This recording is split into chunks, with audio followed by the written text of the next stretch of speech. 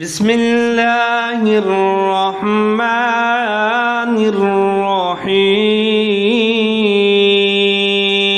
قد أفلح المؤمنون الذين هم في صلاتهم خاشعون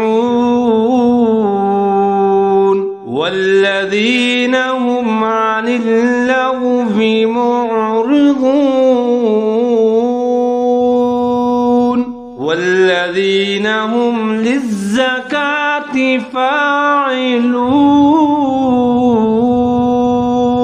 والذين هم لفروجهم حافظون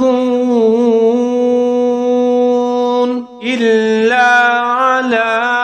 أزواجهم أو ما